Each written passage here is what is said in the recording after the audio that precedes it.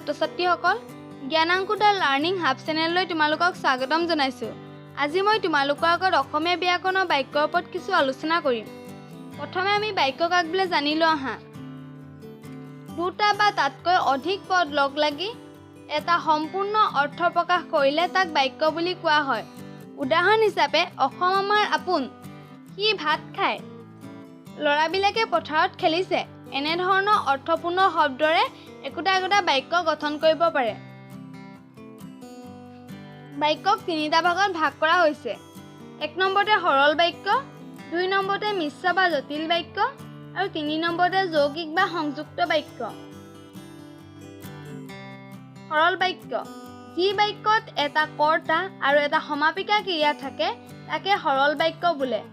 সৰল বাক্যত কোনো জটিলতা নাথাকে। উদাহৰণ হিচাপে মই ভাত খাওঁ, সীতাই খেলি আছে।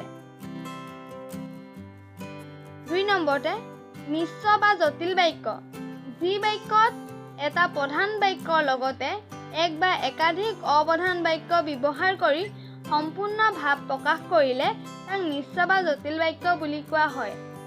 উদাহৰণ হিচাপে প্ৰথমে যিয়ে ব্যাকৰণ মনপুতি শিকে সেয়ে পাছলৈ ভাষাটো সম্পূৰ্ণৰূপে আয়ত্ত কৰিব পাৰে।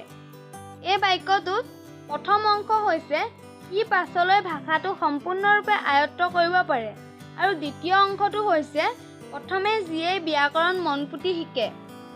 কিন্তু ইয়াত মন কৰিবলগীয়া কথাটো হৈছে ইয়াত দ্বিতীয় অংশটোৱে প্ৰথম অংশটোৰ ওপৰত প্ৰভাৱ বিস্তাৰ কৰাৰ পিছতহে বাক্যটোৰ অৰ্থ সম্পূৰ্ণ কৰিব পাৰিছে।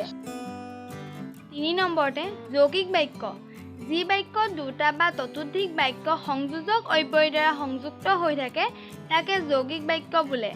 উদাহৰণ হিচাপে ৰূপজ্যোতিয়ে গা পা ধুই কিতাপ পত্ৰ ল'লে আৰু স্কুললৈ গ'ল। ইয়াত ৰূপজ্যোতিয়ে গা পা ধুই কিতাপ পত্ৰ ল'লে এইটো এটা বাক্য আৰু স্কুললৈ গ'ল এইটো এটা বাক্য।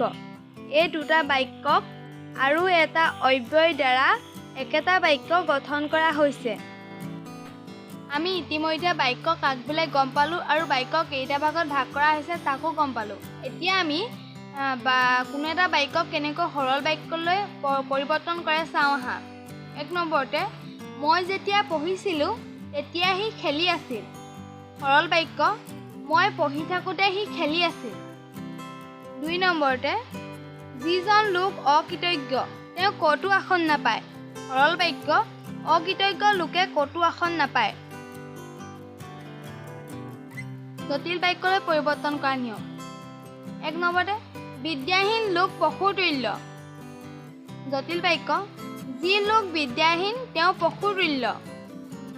2 নম্বৰতে পানী গোট মাৰিলে বৰফ হয়। জটিল বাক্য, পানী যেতিয়া গোট মাৰে তেতিয়া বৰফ হয়।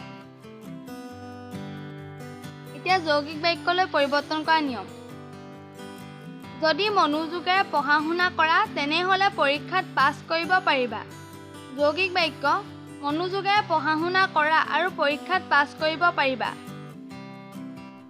মৰমৰ ছাত্ৰ ছাত্ৰীসকল, এই বাক্যকেইটা বিগত মেট্ৰিক পৰীক্ষাত আহিছে আৰু তোমালোকেও ঘৰত এনেধৰণৰ বাক্য চাবা। এতিয়ালৈ ভিডিঅ'টো ইমানেই, ধন্যবাদ।